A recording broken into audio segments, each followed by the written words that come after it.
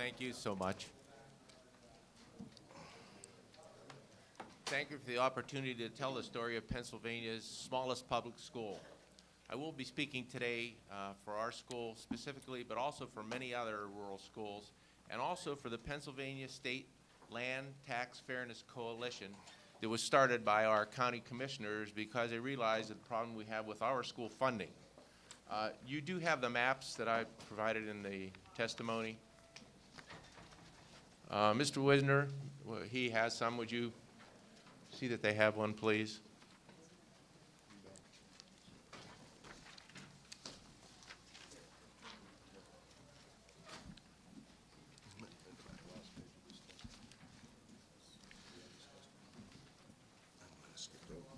There it is. Got it. Well, thank you again for the opportunity to speak to this commission. My name is, you mentioned, is Jerry Sasala, Acting Superintendent of Pennsylvania's smallest public school district, the Austin Area District, covering 228 square miles of mountainous terrain. We are located in Potter County in what is possibly the most remote and mountainous area of our state.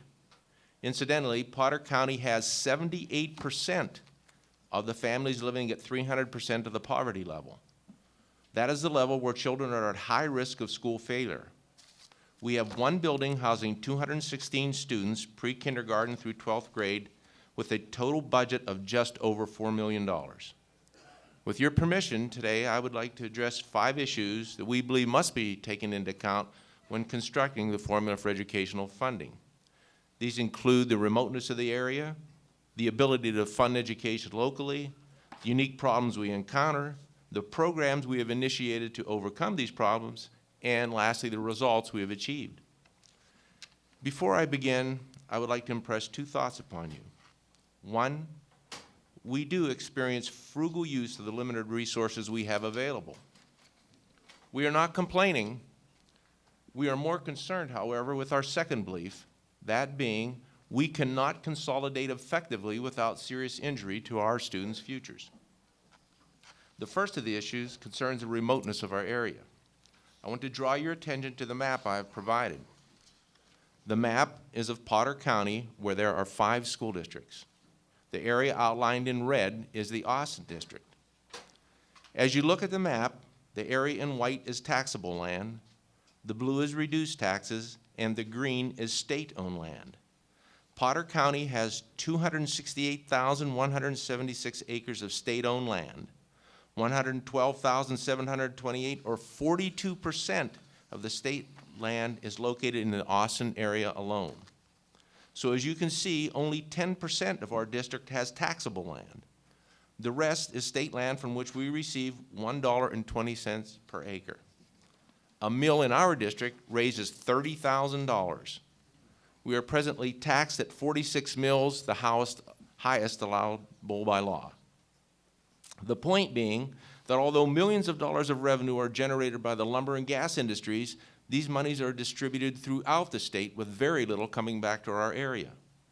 55% of our funding comes from the state, but 90% of the land is state-owned. When constructing a formula, our inability to fund the schools with local taxes must be considered, in our opinion. Coupled with this is the reality that our special education budget is $515,000 this year, 1/8 of our budget. Since I began 3 years ago, our special education budget has increased dramatically, with an increase of over $100,000 just this year. The loss of revenue from the state-owned land is over $1.5 million per year. The third issue, being unique problems that rural schools encounter, is connected to the first problem of remoteness. Transportation through mountainous areas in winter presents one of these. Consolidation with a neighboring district would add 45 minutes to even the closest school. We feel that an hour and 45 minutes one way on a bus is too long for any child. Another unique problem with rural schools is there are sometimes very few businesses to rely on for help, and also a lack of social services to rely on.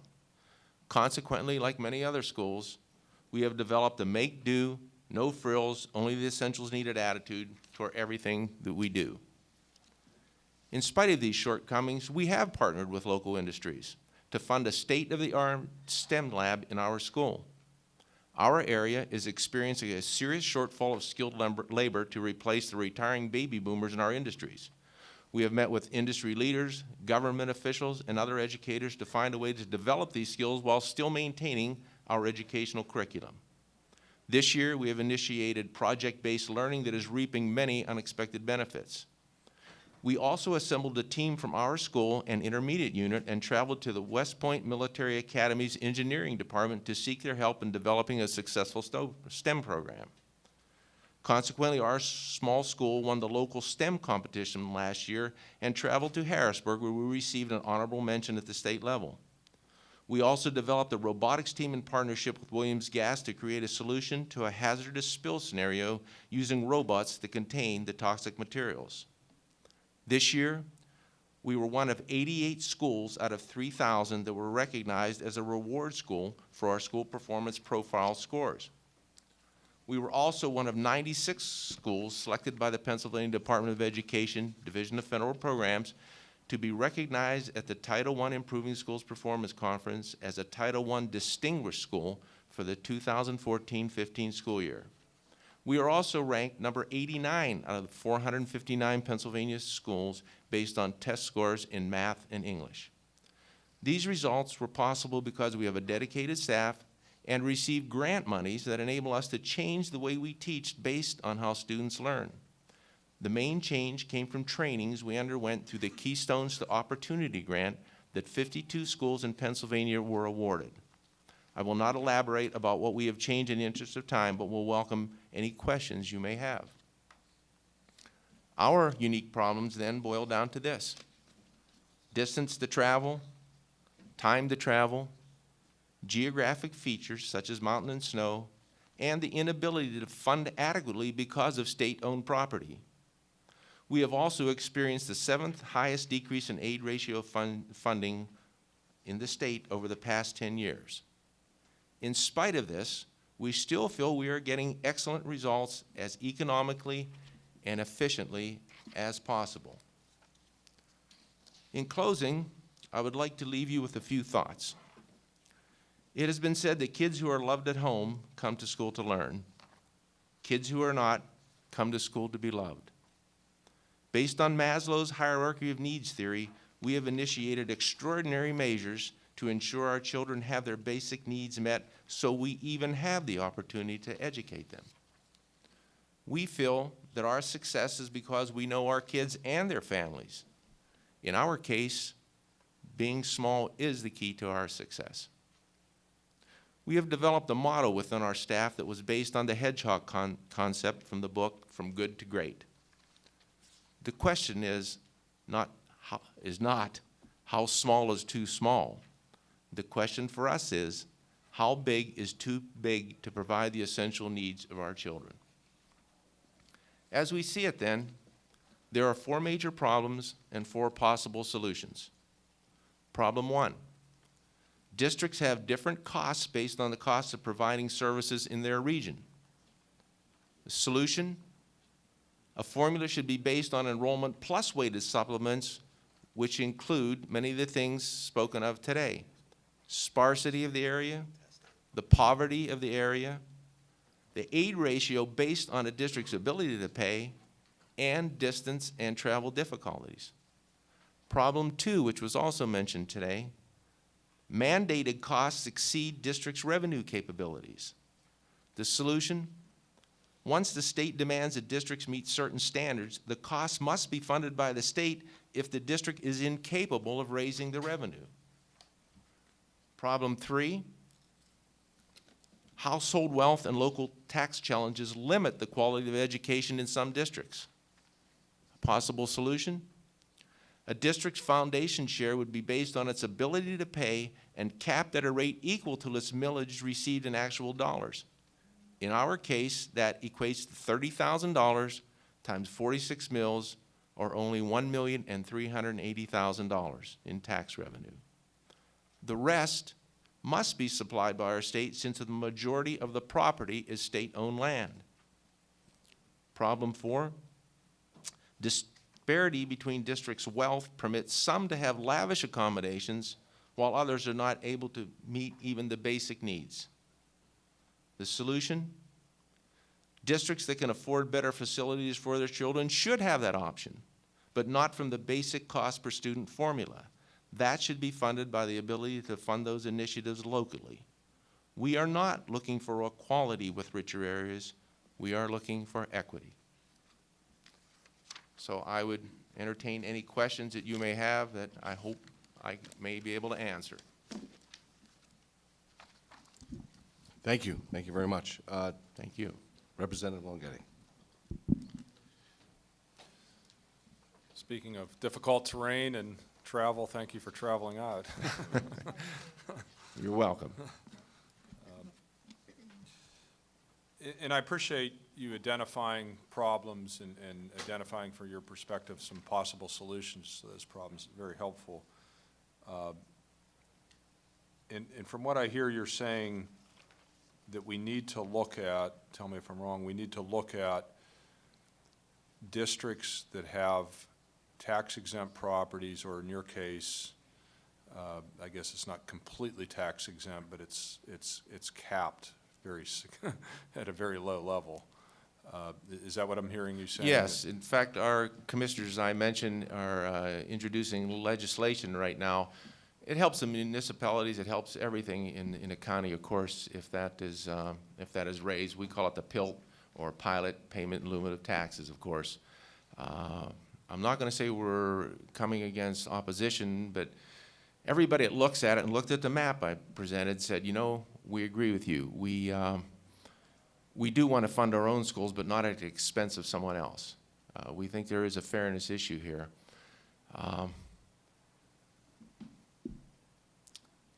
Raising that, what the legislators have told us, yes, we agree, but we don't think we're going to vote for it because it's taking money from our own districts. I don't know how to get around that. They agree it's fair, but not sure that it's going to be voted for. So that has been our emphasis right now, to try to get some help there. But at least as we look at a formula, and if we're looking at district level weights, that something that we could consider in it is districts that have a significant percentage of either tax-exempt properties or, as you indicate, with estate lands. Right. As you look at having 10%, it's almost impossible to fund your school without state help. And the reason I brought up consolidation is that's what everybody says. Why don't you consolidate? Well, if you're in a urban area where there are two schools that are half full, 5 blocks apart, it makes sense. I'm all for it. When you have to travel an hour, 45 minutes at a bus in bad weather, it's impossible. Dr. Pamela Lenz, who sits over here, is a member of your committee as a circuit rider. She visited our school and said to us, I understand now. I had to come and see this. And she gave us probably one of the greatest compliments we've ever had. She said, I would like my granddaughter to go to this school. The most precious thing I have, I would send her here after she visited. So thank you, Dr. Sure. Lentz. Yeah, and just for your information, we did hear some testimony, I think when we were in Representative Oberlander's district, of this similar challenges that, you know, somebody who doesn't dig into it might say, well, consolidate the school until you realize kids are going to be on buses for extraordinary lengths of time just because the way the area is laid out and where people live, and it just really isn't a practical solution. Thank you, Mr. Chairman.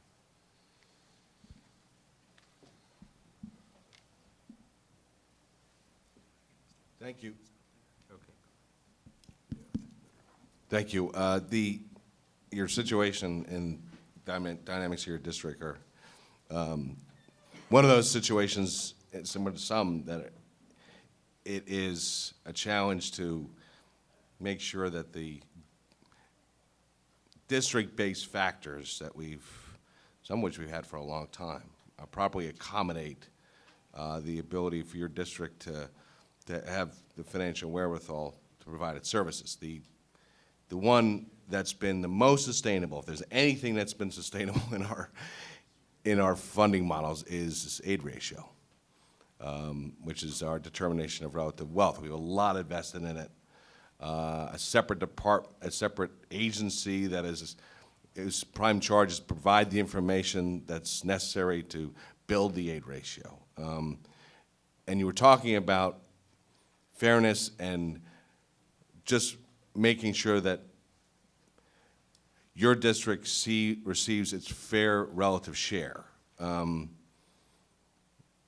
I haven't looked at the aid ratio specific for your district, but I would expect, given the fact that tax-exempt property is not included in market value in that calculation, that your relative market value as a component of that, which is 60% of the total calculation, is very low. It's very low. I'm not sure how your personal income wealth offsets that. But do you know, without me, I can find out, I can go look in terms of where that puts your district relative to others. What is your current aid ratio that's in the formula? Do you know that? It's 0.36. We have, well, that is our, no, I'm sorry, that is our value, the property value. If it's worth $100,000 across the state, it's $36,000 in our district. Our aid ratio, yeah, I have it here. I did, All right. it's not a big deal, I can find it. I would expect, given the dynamics, you don't really know until you look in detail and, 0.529. okay. Decrease of 16% over the last 5 You years. I'm think sorry. that the personal income piece of that, and we're looking, you know, within our own conversations at that component of our formula that's been around a long time and how it needs to change, or if it needs to change to accommodate a better funding model. And there's, we've received a lot of input regarding whether market value should still sit at 60%. Does it appropriately determine a district's ability to raise local revenue? We've had a lot of conversation over 20 years is that property wealth is not the best determination, that it's more cash flow and people's personal income. But I would expect, just, you know, based on what you're telling me, that if you're sitting in an aid ratio at that level, that your individual dynamics are not appropriately accommodated in that aid ratio. I would expect that if 90% of your property value is tax exempt and not in that calculation, it would be a lot higher. Right. There's something that relative wealth calculation needs to accommodate districts like yours. And that's part of the thing that we're doing, is making sure that happens. Because then if we don't, and make sure that those unique situations are accommodated, the formula becomes not sustainable, because eventually it falls apart because you can't defend it. So, Exactly. interesting. Collaboration is something that you're doing with other districts. The consolidation issue, I hear you, you know, in terms of distance between schools. And putting a child on a bus for an hour and 45 minutes, you know, I can't sit on a bus for an hour and 45 minutes, you know, it's never mind a young child. But the collaboration amongst districts in your county, is that something that can allow you to share administrative services and others? Yes, in fact, we're doing that right now. I talked about the STEM lab that we are putting in, that we were contacted by our education council in the county. They said, could we use your school as a host site for the whole county for a summer STEM lab? Yes, we'd be glad to do that. We have an education council in our community. We collaborate with everything. For sports, my son played for a neighboring district, Connersport, played football there. My daughter was the drum major for another district. So we do that. Our golf person was a district champion, played for another district. We do have a basketball team, because we are able to get 5 people out at least. If there was a way we could do it easier, we would have done it.